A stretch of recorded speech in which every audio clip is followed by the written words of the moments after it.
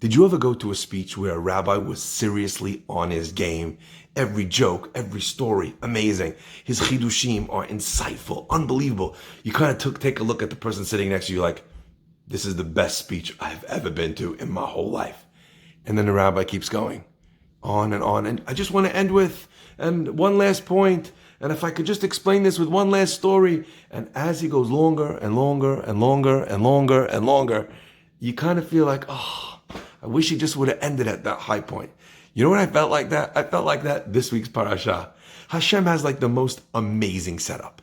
There's going to be spies, and they're going to go in, and Hashem doesn't want it, but they do anyway. Okay, and now there's the good spies and the bad spies, and they come back and they bring the fruit, and they turn the whole people against Moshe and Hashem. Oh my gosh. And Kalev gets up, he's like, is that all Moshe did? Everyone's like, oh! You know, they think he's also on the team, and Kalev is like, he took us out of Egypt, and he fed us the man from the heavens, and look at all the good things. Everyone's like disappointed, and then the other spies come back, and everyone's crying, and Hashem's like, they're never going in, and then Moshe's chance to go, and Hashem is like, I'm turning you into the people of Israel and I'm going to destroy them. And Moshe defends the Jewish people. The drama is unbelievable. And then Moshe comes back and he tells the people about the punishment. And what happens? They don't listen again. And they go running up the hill and Hashem's like, no, no. And Moshe's like, no. And the Amalekites come down and they destroy all the people ad chorma until they just, what an unbelievable end to the parsha. Right there. That's where Hashem should have ended. Sometimes a rabbi needs to know when to end the speech.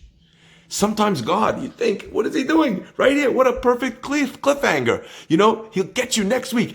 You know, tune in next week on Parsha. Like, I'd come back if that was where it ended. But then it goes into this other random bit. Like, when you get to the land of Israel, there's a sacrifice that you make, and this is how you bring the sacrifice, and if you worship idols, this is what you do. Like, it sounds so strange, and the answer is magnificent.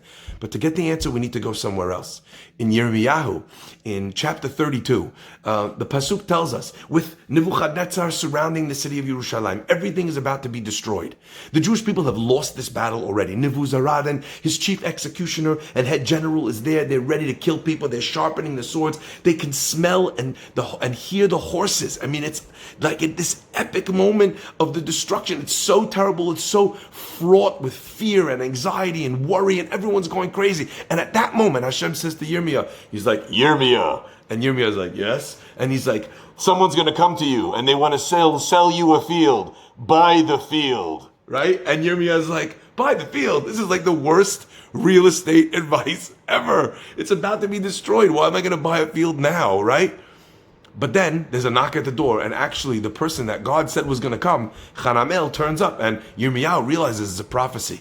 He signs the document, he buys the field for 7 shekels and 10 silver coins, and Baruch ben Neriah, his scribe, writes up the contract. And then he tells him, Hashem says, put it in an earthenware vessel, make sure it's safe so it can survive many, many generations. And then the Pasuk says something so beautiful, because once again, yet again, fields will be sold, vineyards, homes will be sold in Yerushalayim. You're going into exile, but don't worry, you'll be back. That's what Hashem is doing over here. We hear about the fact that they almost got in and they tried to do teshuvah and run up the mountain. Hashem didn't accept their teshuvah. They were liable at that moment to give up and think, we're never coming home.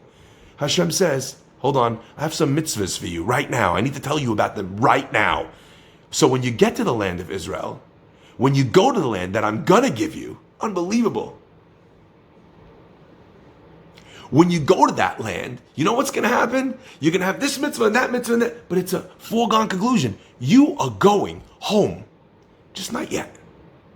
I think that's an unbelievable lesson for all of us to learn. When you see someone who's so down, who's so depressed, everything is going wrong for that person, the greatest gift you could give them is a glimpse into their future. If someone is getting divorced, and they're talking to you and they're living in the past and they're only thinking, so you start asking them, even just a question, you know, do you think maybe you think you're going to start dating soon? Just that question sparks in the person's mind. Maybe I could love someone again. Maybe someone could love me. Someone's losing their business. You come to them and talk to them about the fact that maybe in the future, you know, you might start, what kind of business do you think you'll go into? The person's like, oh, I don't know. They're already thinking about the future and not stuck mired in the depression of the present. What a gift that is. When Am Yisrael is at their lowest, Hashem says, oh, I have a mitzvah for you for when you get to Israel. Yirmiyahu is sitting there, giving prophecy about the worst time ever. And what does he do? He goes and buys a field and puts it in a box, in a earthenware vessel, because we will be back.